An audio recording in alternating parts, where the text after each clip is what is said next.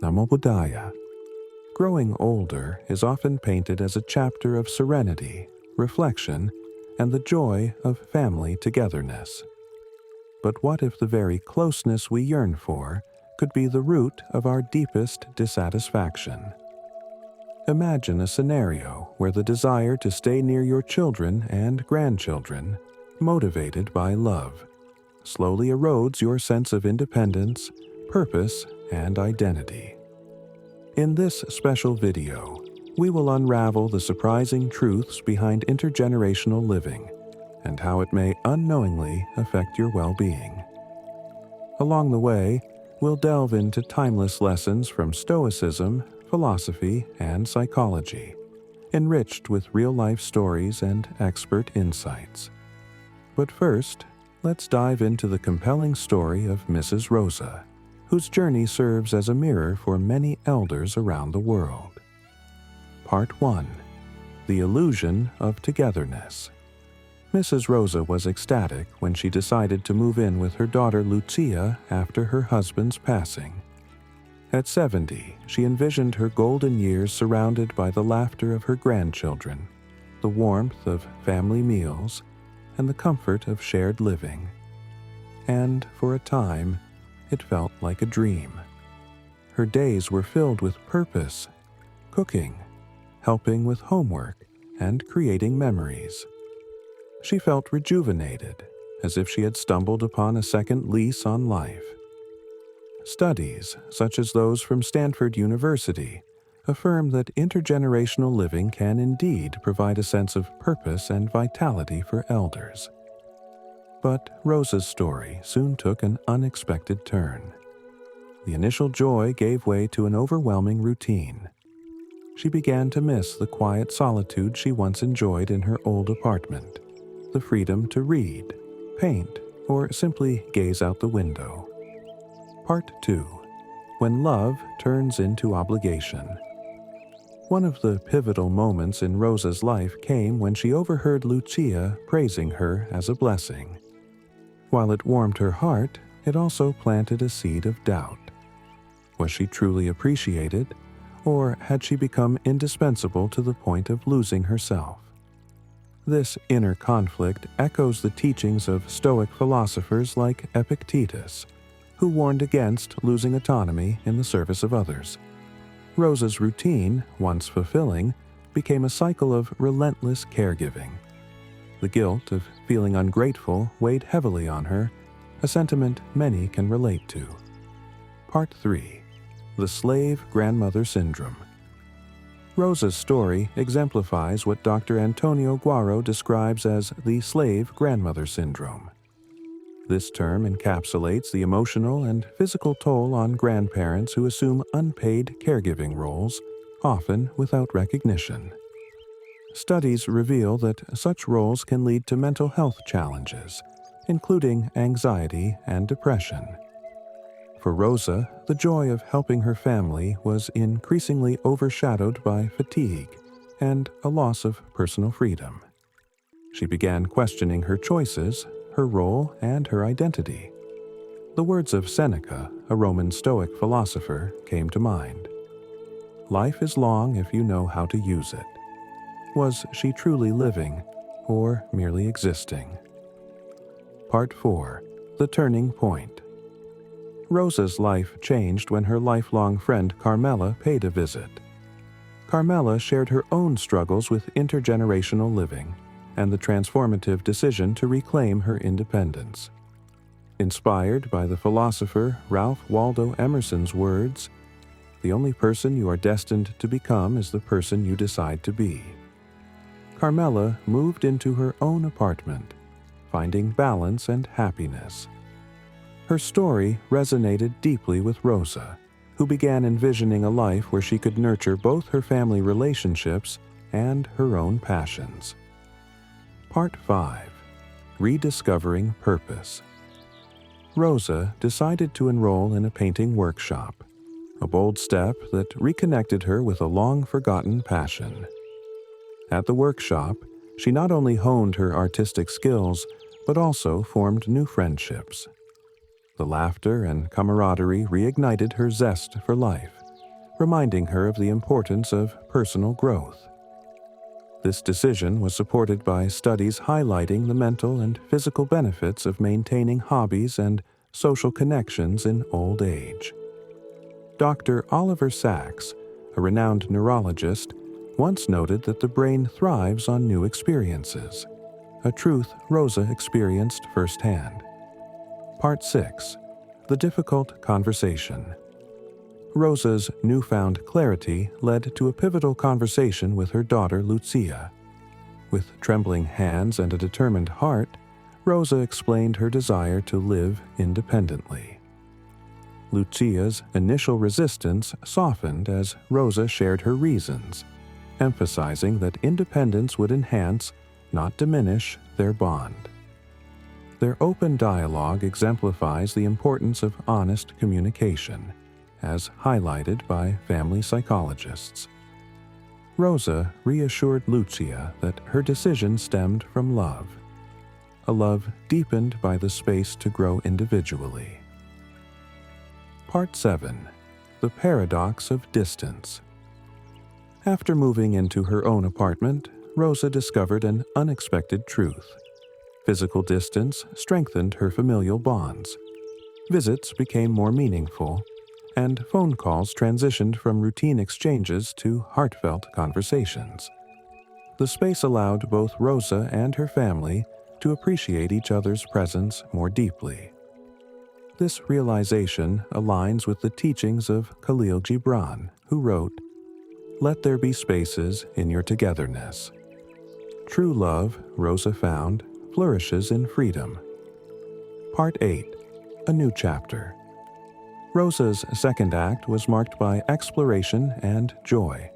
She joined a book club, wrote poetry, and even ventured into community projects. Her autonomy inspired others in her senior support group, proving that it's never too late to reclaim your life. As Aristotle said, virtue lies in the middle. Rosa's story highlights the balance between familial love and personal independence, a lesson that resonates universally. Part 9. The Emotional Roller Coaster of Independence. Rosa's transition to living independently wasn't without its emotional challenges. The first night in her new apartment felt both exhilarating and daunting. She vividly remembered standing in the middle of her empty living room, surrounded by boxes, and wondering if she had made the right choice. These moments of doubt are universal. They reflect the human fear of change, a sentiment eloquently expressed by the Roman philosopher Marcus Aurelius, who said, "You have power over your mind, not outside events. Realize this, and you will find strength." Rosa reminded herself that discomfort often accompanies growth. In her solitude, she found opportunities for introspection.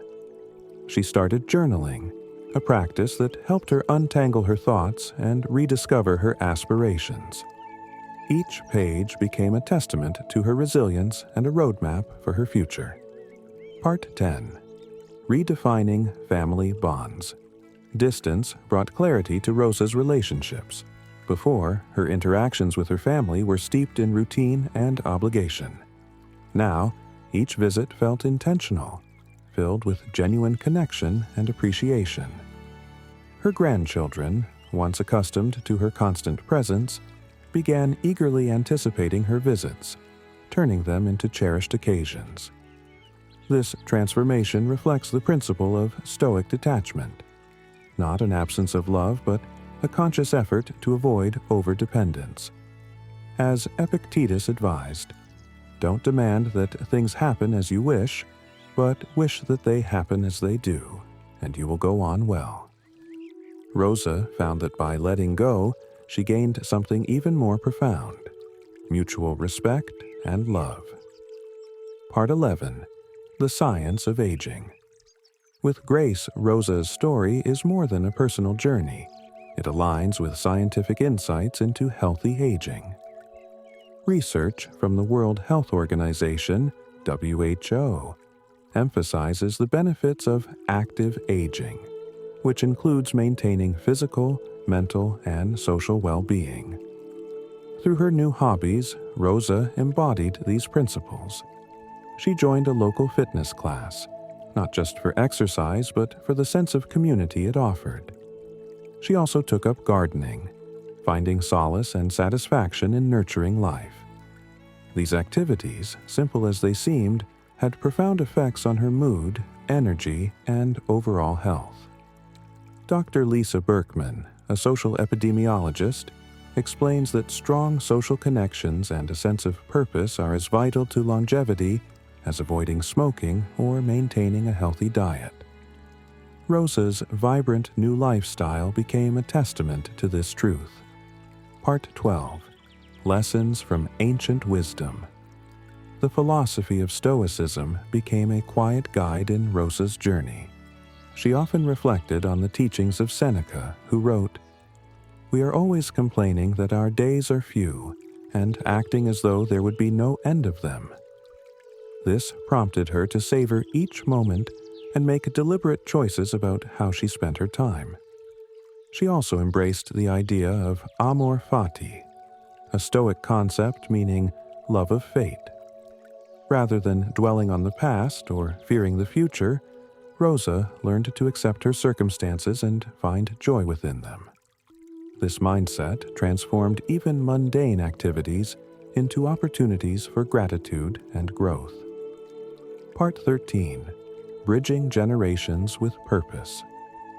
Rosa's newfound independence didn't mean distancing herself emotionally from her family. In fact, it strengthened their bonds. She started a tradition of story evenings during her visits, where she shared tales from her own childhood, often weaving in lessons about resilience, courage, and humor. These evenings became a bridge between generations, allowing her grandchildren to see her not just as grandma, but as a person with dreams, struggles, and wisdom. This practice resonates with the African concept of Ubuntu, which emphasizes our interconnectedness and the importance of shared stories in building community. Part 14. Overcoming Guilt and Embracing Joy. One of Rosa's greatest challenges was overcoming the guilt associated with prioritizing herself. For years, she equated self-sacrifice with love, a belief deeply ingrained by cultural expectations. But as she immersed herself in her new life, she began to see that self-care was not selfish. It was essential. Psychologist Carol Gilligan's theory of the ethics of care highlights how women, in particular, are socialized to prioritize others' needs over their own. Rosa's journey became a powerful example of breaking free from this cycle. She realized that by caring for herself, she was better able to show up for her family with genuine energy and love. Part 15. The Ripple Effect of Courage. Rosa's transformation didn't just impact her, it inspired those around her. Her daughter Lucia, initially resistant to Rosa's move, began to see her mother in a new light. Lucia started reflecting on her own life and the balance between her roles as a mother, wife, and individual. This ripple effect is a reminder of the interconnected nature of our actions. Rosa's bravery became a catalyst for positive change, not just within her family, but also among her friends at the senior center, who were inspired to reevaluate their own lives. Part 16. The Philosophy of Balance. The Stoic ideal of moderation became Rosa's guiding principle. She found balance in her relationships, carving out time for family, friends, and herself. This equilibrium brought her a deep sense of peace, a state the Greeks referred to as ataraxia, or tranquility. She learned to set boundaries with kindness, a skill that allowed her to nurture her independence without alienating her loved ones. By doing so, she upheld the Stoic belief that true freedom lies in mastering oneself rather than controlling others. Part 17. A Legacy of Wisdom. As Rosa's story unfolded, it became clear that her journey was about more than personal fulfillment. It was about creating a legacy. She began volunteering at a local community center, mentoring younger women and sharing her insights on aging, independence, and resilience. Her efforts were reminiscent of the Stoic practice of philanthropia, a commitment to contributing to the greater good. Rosa found profound joy in these acts of service, which further enriched her life and solidified her sense of purpose. Part 18. The Final Chapter. As Rosa reflected on her journey, she was filled with gratitude, not just for her accomplishments, but for the lessons learned along the way. Her story is a testament to the enduring truth that it's never too late to change, grow, and live authentically. Her parting words to her family captured the essence of her philosophy. Love deeply, but don't lose yourself in the process. The greatest gift you can give is your own happiness. Part 19. Building a community of growth. Rosa's journey inspired her to foster connections beyond her immediate family. She became an active member of her local senior community, organizing events and workshops that emphasized the value of self-discovery and independence. Her painting classes became a hit, attracting people of all ages who admired her passion and creativity. This initiative brought new energy into Rosa's life. She shared her favorite Stoic lessons during these gatherings, such as Epictetus's insight: freedom is the only worthy goal in life. It is won by disregarding things that lie beyond our control. Her discussions often encouraged others to reflect on their choices and reclaim their sense of autonomy. Rosa's ability to connect deeply with others made her a cornerstone of her community. She created a ripple effect of change, proving that empowerment and wisdom are contagious. Part 20. Rediscovering the joy of solitude.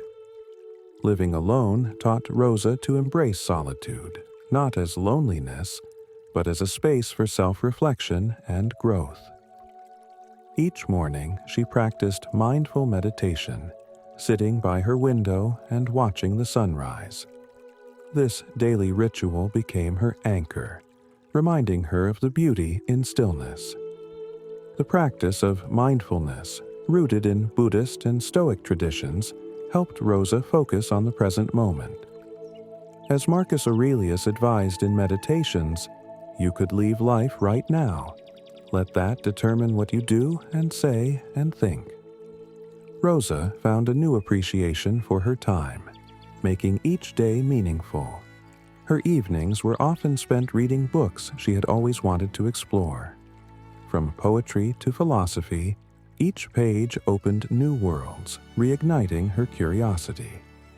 This intellectual stimulation was as vital to her well-being as her physical and social activities. Part 21. Overcoming social expectations. Rosa's decision to live independently challenged societal norms about aging. Many people in her circle initially questioned her choice, viewing it as unconventional. But Rosa saw these challenges as opportunities to educate others about the importance of self-empowerment. Her resilience echoed the Stoic belief that external opinions should not dictate internal peace.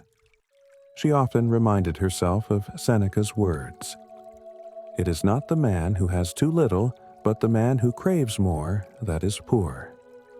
By redefining her life on her own terms, Rosa became a role model for others navigating similar paths. Part 22. The Healing Power of Creativity. Rosa's return to painting was more than a hobby. It became a form of therapy. Through her art, she expressed emotions she had long suppressed. Each stroke of her brush felt like a release, a celebration of her newfound freedom. Art therapy has been shown to reduce stress and improve cognitive function, particularly in older adults. Rosa's vibrant creations were a testament to this, often reflecting the joy and serenity she felt in her new chapter. Her artwork also became a bridge to her grandchildren, who loved visiting her studio to paint alongside her. These moments of shared creativity deepened their bond, proving that independence and family closeness can coexist beautifully. Part 23. Lessons from the Past. Reflecting on her life, Rosa often revisited memories of her younger self, dreams she had set aside, sacrifices she had made for others. These reflections were not tinged with regret, but with gratitude for the lessons they carried. She wrote letters to her grandchildren, sharing stories of her youth and the wisdom she had gained. These letters became cherished keepsakes, filled with advice like, "Always pursue your passions, no matter your age," and "Love others deeply, but never lose yourself in the process." This practice of documenting her journey not only preserved her legacy, but also allowed Rosa to process her emotions and find closure in certain chapters of her life. Part 24. The Philosophy of Letting Go. One of Rosa's most profound realizations was the power of letting go, not just of physical belongings, but of expectations, grudges, and fears. Inspired by the Stoic principle of memento mori, remember that you will die, she began to declutter her life, both materially and emotionally. She donated items she no longer needed, finding joy in giving. This act of generosity was liberating, allowing her to focus on what truly mattered. She also practiced forgiveness, releasing any lingering resentment toward those who had unintentionally hurt her in the past. By letting go, Rosa created space for new experiences and relationships, embodying the Stoic ideal of living with purpose and clarity. Part 25. The role of gratitude. Gratitude became a cornerstone of Rosa's philosophy. Each day, she wrote down 3 things she was thankful for, a practice that shifted her perspective and enhanced her well-being. Whether it was the laughter of her grandchildren or the warmth of the sun on her face, Rosa found joy in life's simplest pleasures. This practice aligns with modern psychology, which highlights gratitude as a key factor in happiness. Rosa's gratitude journal became a source of inspiration for her friends, many of whom adopted the habit and experienced similar benefits. Part 26. The ripple effect of Rosa's wisdom. Rosa's story began to attract attention beyond her immediate circle. Local newspapers featured her as a wisdom keeper, and she was invited to speak at community events about the importance of independence and self-discovery. Her speeches were a blend of humor, humility, and profound insights. She often shared her favorite Stoic lesson: happiness depends on the quality of your thoughts. Rosa encouraged her audience to cultivate positive, intentional mindsets, regardless of their circumstances. Part 27. A Legacy of Love and Freedom. As Rosa's story drew to a close, it was clear that her journey had left an indelible mark on her family, friends, and community. She had transformed from a woman who felt trapped by obligation into a beacon of resilience and joy. Her family, once hesitant about her independence, now admired her courage and celebrated her achievements. Her grandchildren proudly told their friends about their cool grandma, who painted masterpieces and inspired others. Rosa's story reminds us all that it's never too late to reclaim our lives, redefine our relationships, and live authentically. Her legacy is a testament to the power of courage, love, and self-discovery.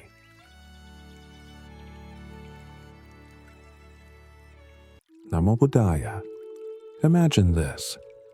With something as simple as salt, you could cleanse your spirit, lighten your steps, and connect to ancient wisdom passed down for generations. Have you ever considered that a seemingly mundane substance like salt might carry spiritual significance that could transform your life? In today's video, we'll unravel the ancient Buddhist practice of placing salt in your shoes, and why this tradition, though centuries old, might just hold the key to your spiritual and physical well-being. Stick around, because by the end, you'll not only know how this ritual impacts the mind and body, but also feel a deeper connection to the wisdom of those who walked the earth before us. The multifaceted uses of salt in daily life salt is much more than just a kitchen ingredient. It has been celebrated for its countless domestic uses, from cleaning to skincare, and even in healing practices. But while modern medicine focuses on salt's physical properties, Buddhists see beyond that. For them, salt is a tool that helps both spiritually and physically, promoting balance in our everyday lives. Think about the various ways you might have already used salt: seasoning food, cleaning surfaces, or healing a wound. The benefits are clear. However, the practice we'll explore today transcends practical use. This is about using salt as a sacred tool, one that connects you to your inner self and the universe. Now, let's dive into this unique tradition and its 5 spiritual and health benefits, as shared through a timeless Zen story. The Zen story of Master Makoto. In a monastery nestled in the Japanese mountains lived Master Makoto, a revered monk with deep knowledge of Buddhism and Oriental medicine. One day, as the morning light filtered through the trees, he gathered his disciples for a lesson. With his calm demeanor, he explained that life, like any journey, requires careful preparation, and sometimes that preparation involves the simplest tools, like salt. Master Makoto introduced the ancient custom of placing salt in one's shoes. The disciples, intrigued, listened closely as he explained 5 reasons why this practice holds deep spiritual and health significance. The spiritual lessons from Salt Reason. 1. Absorbing worries and suffering. Makoto's first teaching was that salt has the power to absorb not just moisture, but also the emotional weight we carry, our worries and sufferings. Just as the Buddha absorbed the world's suffering, salt can help us carry a lighter emotional load. Physically, it absorbs sweat and keeps our steps light, but spiritually, it represents the release of burdens, offering clarity on the path to inner peace.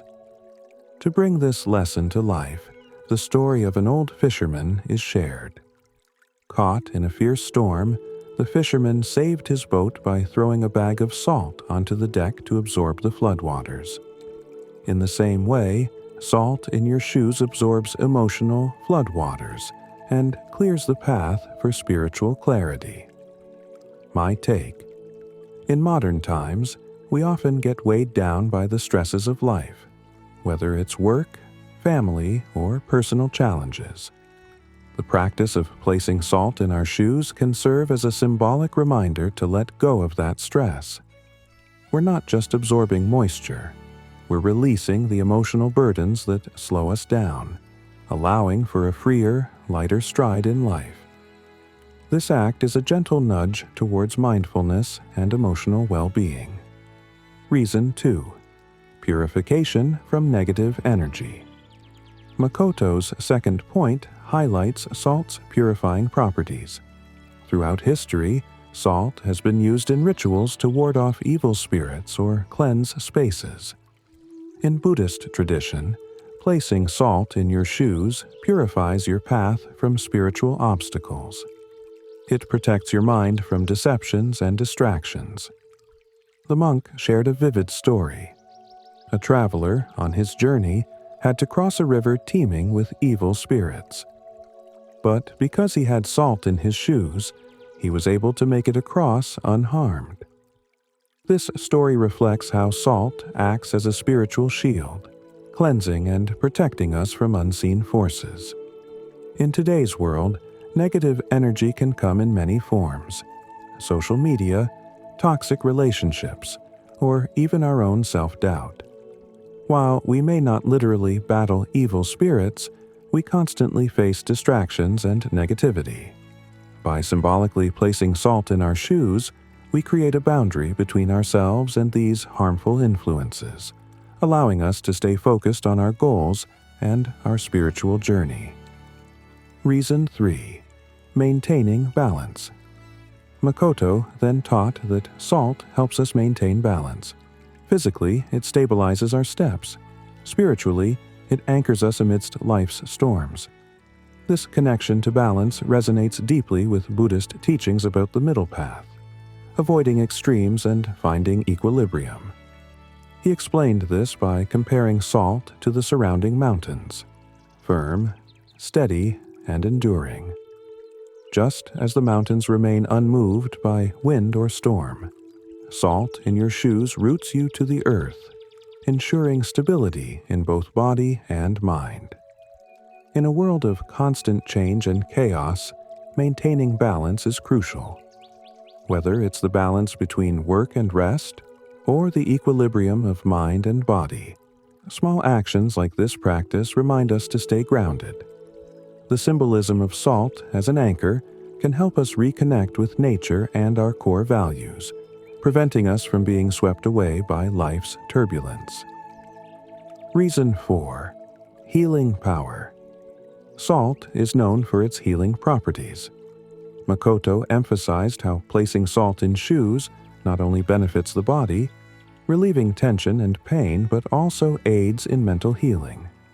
He told the story of a farmer who healed a painful foot wound by soaking it in salt water, highlighting its role in alleviating physical and spiritual discomforts. Personal reflection. Just as salt heals wounds, it can metaphorically heal our inner pain. Modern life brings about emotional wounds: anxiety, heartbreak, exhaustion. Incorporating salt in our daily routine can symbolize self-care and healing, reminding us to take time to nurture both our bodies and souls. Reason 5. A gesture of gratitude. Lastly, Makoto revealed that placing salt in your shoes is an act of gratitude. It reminds us to be thankful for the earth's gifts and the wisdom of past generations. Each grain of salt represents the struggles and triumphs of those who came before us. The monk described it as a rite of passage, connecting us to the lives and lessons of previous generations. This ancient practice carries their spirit forward, helping us appreciate life's challenges and blessings. My opinion: practicing gratitude is a powerful way to shift our mindset.